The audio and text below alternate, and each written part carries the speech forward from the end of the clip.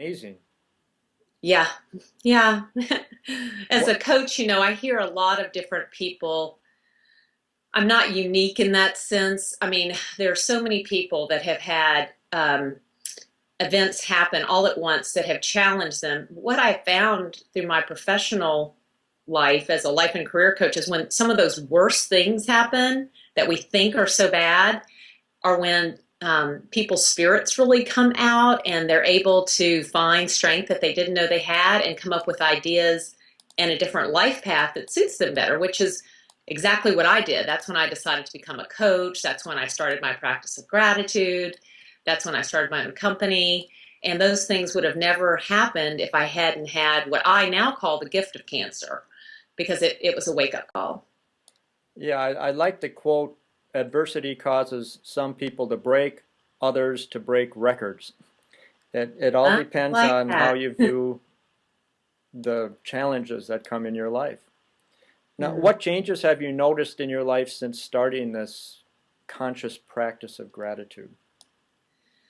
Well, I think one of the biggest changes that I found is that when something happens that is challenging, which just because those events aren't over doesn't mean I don't have life challenges, Hmm. but that I really look for what the positive is, what the blessing is, what I can learn from the situation versus being, mired in resentment or woe is me, and really bringing down my energy level.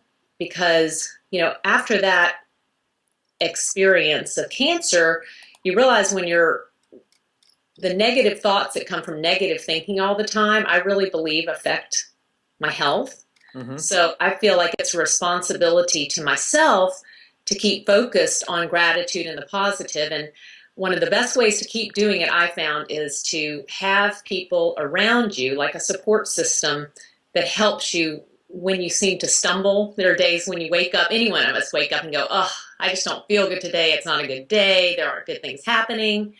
But to have someone you can call that's a positive person and a gratitude support person that'll remind you of what's working in your life. And we all need support. Now, do you agree with Alan Cohen that he said gratitude is a muscle, the more you use it, the stronger it grows? Oh, I love that. Yes. Yes. It is so true. It's a cumulative process. You can't just, I mean, what I found, you can't just do it one day and then feel the benefits. It's like meditation or prayer or any other kind of practice, like, studying for a class. You can't just study one night and know it all. Hmm. Um, Over a period of time, the actual neural networks in your brain start forming different pathways. So when an event happens, if you're going to your default pattern as, oh, why is that happening? And this is so terrible. Instead, eventually you grow new paths of neural networks in your brain that go to, okay, there must be a reason for this. Maybe there's a plan or something I'm not seeing about why this is happening to me. Looking for what you're grateful for. Yeah, absolutely. Now, you mentioned that you looked at your breast cancer as a gift, and that reminds me of this quote by Alphonse Carr about the power of attitude. Some people are always grumbling that roses have thorns. I am thankful that thorns have roses. Can can you speak to that again, the gift of a challenge? Yes, I mean, like you said, I mean that it's kind of similar to the glass is half empty or half full. It's all how your perspective on life. And when you practice gratitude and come up with something that works for you like that, over time, your perspective about how you look at things does truly shift. There are things that have happened to me and to people I know who have practiced gratitude that it doesn't mean that it takes away the emotions or the grief of loss or things like that. It's not a panacea, but it does help us cope with the reality of what goes on in our life in a way that things aren't so devastating. There may be pain, but there's not as much suffering.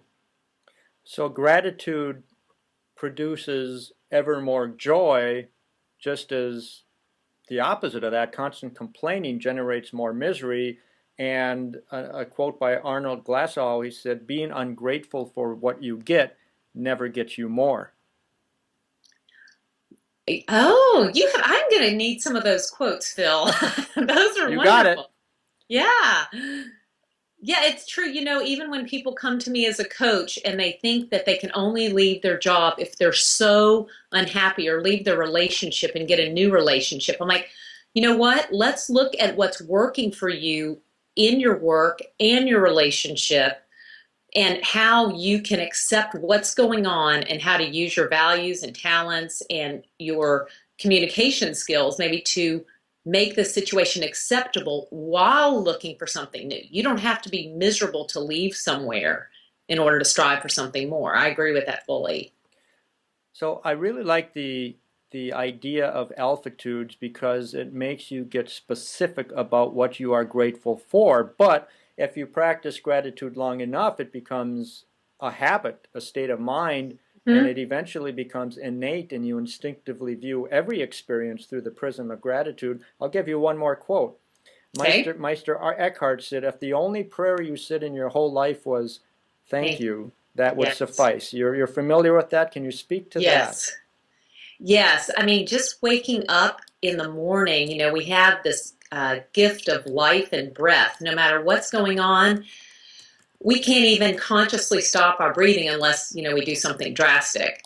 That we are breathed into while we sleep, every night without any conscious effort on our part and kept alive. I mean, if you were just to say, I got to walk today, I got to breathe today, I got to open my eyes today, just thank you for everything, that would be enough.